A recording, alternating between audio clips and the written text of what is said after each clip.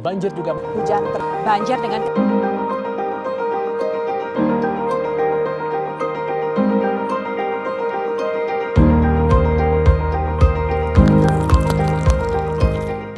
Musim hujan dan bencana banjir mampu meningkatkan kasus penyebaran leptospirosis pada hewan dan manusia. Hal tersebut berkaitan dengan keberadaan faktor resiko tingginya populasi tikus sebagai reservoir leptospirosis.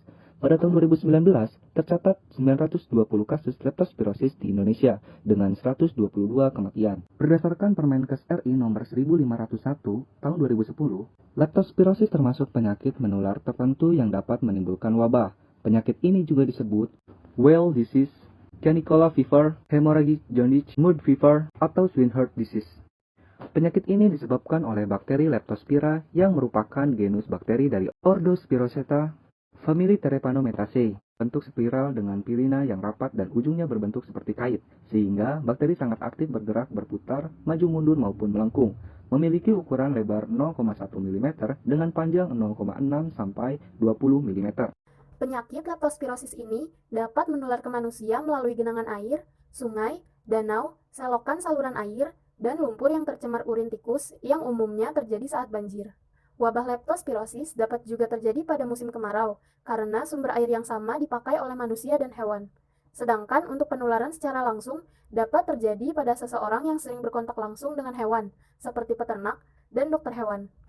Setelah itu, leptospira masuk ke tubuh melalui kulit atau menembus jaringan mukosa seperti mukosa mulut, saluran cerna, saluran hidung, dan konjungtiva mata. Setelah menembus kulit atau mukosa, leptospira akan ikut aliran darah sistemik dan terjadi replikasi serta menyebar ke berbagai jaringan dan organ tubuh.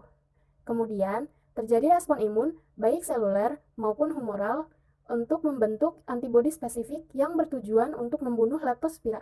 Apabila manusia terkena leptospirosis, menurut gejala klinisnya dibagi menjadi bentuk berat atau ikterik dan ringan atau unikterik. Secara umum, gejala umum yang muncul adalah seperti demam, nyeri kepala, nyeri otot, khususnya di daerah betis, paha, serta gagal ginjal. Gejala klinis pada hewan yang terkena leptospira ada jenis akut dan juga jenis kronis. Gejala pada hewan yang terkena leptospirosis akut harus dicurigai dalam kasus-kasus berikut. Yang pertama, agalaktia onset mendadak pada sapi dan domba dewasa yang sedang masa laktasi.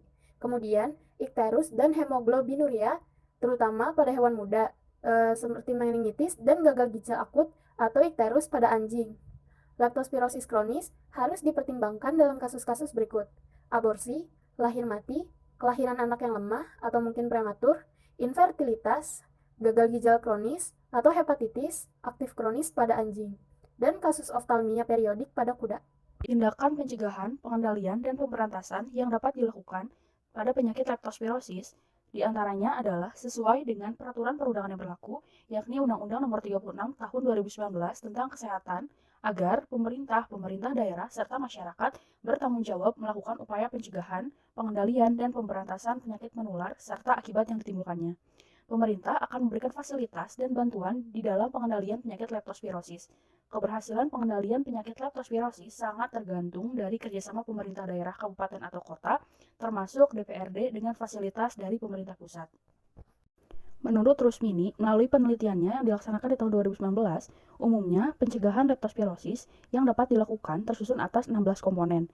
Di antaranya, yang pertama, membiasakan diri dengan perilaku hidup bersih dan sehat, mencuci tangan dengan sabun sebelum makan dan minum, lalu menggunakan air bersih untuk mandi dan mencuci, sayur dan buah harus dicuci dengan air bersih, dan menyimpan makanan dengan baik dan benar agar terhindar dari jangkauan tikus, harus ditutup rapat dan kemudian dimasukkan ke dalam almari.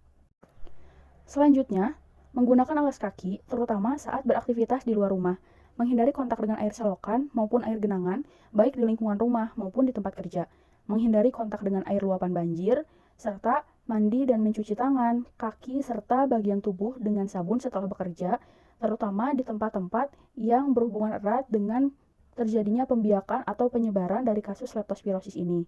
Selanjutnya, melindungi bagian tubuh dengan alat pelindung diri atau APD yang memadai saat bekerja pada tempat-tempat yang beresiko tinggi terhadap pencemaran. Upaya lain yang dapat dilakukan diantaranya dengan menutup luka pada kulit dengan penutup luka kedap air, menghindari adanya tikus di rumah maupun di tempat kerja, menghindari pencemaran dan meningkatkan pengendalian tikus, memasang perangkap tikus, mengubur atau membakar bangkai tikus di tempat yang aman, serta segera periksa ke fasilitas kesehatan yang tersedia jika mengalami gejala sakit.